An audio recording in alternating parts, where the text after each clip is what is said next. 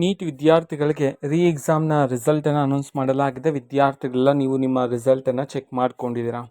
So result announce ಆದ ನಂತರ next ವಿದ್ಯಾರ್ಥಿಗಳಿಗೆ ಈ ವರ್ಷ ಕಟ್ ಆಫ್ ಏರಿಕೆಯಾಗುತ್ತಾ ಇಳಿಕೆಯಾಗುತ್ತಾ ಎನ್ನುವ ಸಂದೇಶದ ಗೊಂದಲ ಆದರೆ ಇರ್ತಕ್ಕಂಥದ್ದು. ಇದರ ಬಗ್ಗೆ ಮಾಹಿತಿಯನ್ನು ಈ ವಿಡಿಯೋದಲ್ಲಿ ನಾನು ನಿಮಗೆ ತಿಳಿಸ್ಕೊಡ್ತಿದ್ದೀನಿ.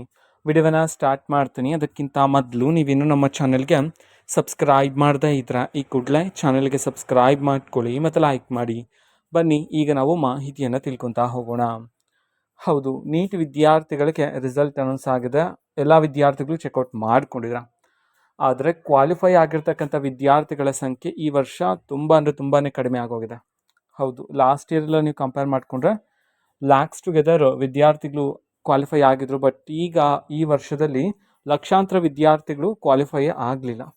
ಓಕೆನಾ? ಸೊ ತುಂಬ ಕಡಿಮೆನೇ ಆಗಿರ್ತಕ್ಕಂಥದ್ದು ಕ್ವಾಲಿಫೈ. ಹಾಗಾಗಿ ಈಗ ಈ ವರ್ಷ ಕೌನ್ಸ್ಲಿಂಗಲ್ಲಿ ನಡೆಸ್ತಕ್ಕಂತಹ ಪ್ರೋಸೆಸ್ಸಲ್ಲಿ ಕಟ್ ಆಫ್ ಏನಾದರೂ ಇನ್ಕ್ರೀಸ್ ಆಗುತ್ತಾ ಅಥವಾ ಡಿಕ್ರೀಸ್ ಆಗುತ್ತಾ? ಯಾಕೆ ಅಂತಂದರೆ ರಿಸಲ್ಟ್ಗೂ ಮುಂಚೆ ನಾನೊಂದು ನಿಮಗೆ ಕಟ್ ಆಫನ್ನು ತಿಳಿಸ್ಕೊಟ್ಟಿದ್ದೆ, ಚಾನಲಲ್ಲಿ ಇದೆ. ಆ ಒಂದು ಕಟ್ ಆಫ್ ಇನ್ಕ್ರೀಸ್ ಆಗುತ್ತಾ ಡಿಕ್ರೀಸ್ ಆಗುತ್ತಾ ಅಂತ ನಾವು ನೋಡೋದಾದರೆ ವಿದ್ಯಾರ್ಥಿಗಳಿಗೆ ಸ್ವಲ್ಪ ಒಂದು 5 ಮಾರ್ಕ್ಸ್ ಅಷ್ಟು ಡಿಫ್ರೆನ್ಸ್ ಬರುವ ಸಾಧ್ಯತೆ ಇರುತ್ತೆ. ಸ್ವಲ್ಪ 5 ಮಾರ್ಕ್ಸ್ ಅಷ್ಟು ಇನ್ಕ್ರೀಸ್ ಆಗುವ ಸಾಧ್ಯತೆಯೂ ಸಹ ಇರತಕ್ಕಂಥದ್ದು. ಕ್ವಾಲಿಫೈ ಆಗಿರ್ತಕ್ಕಂತಹ ರೇಂಜ್ ಕಡಿಮೆ ಆಗಿರುವ ಕಾರಣದಿಂದಾಗಿ, ಅಥವಾ ಚೇಂಜಸ್ ಆಗದೇ ಇದ್ದರೆ ನಾವು ತಿಳಿಸ್ಕೊಟ್ಟಿದ್ವಲ್ಲ ಕಟ್ ಆಫು, ಸೊ ಅಷ್ಟೇ ಇರುವ ಸಾಧ್ಯತೆಯೂ ಸಹ ಹೆಚ್ಚಿದೆ. ಇನ್ ಕೇಸ್ ಏರಿಕೆ ಆಗಿದ್ರೆ ಅದೇ ಹೇಳಿದ್ರೆ ಒಂದು 5 ಮಾರ್ಕ್ಸ್ ಅಷ್ಟು ಡಿಫ್ರೆನ್ಸ್ ಬರುವ ಸಾಧ್ಯತೆ ಇದೆ ನಿಮ್ಮ ಒಂದು ಕಟ್ ಆಫಲ್ಲಿ.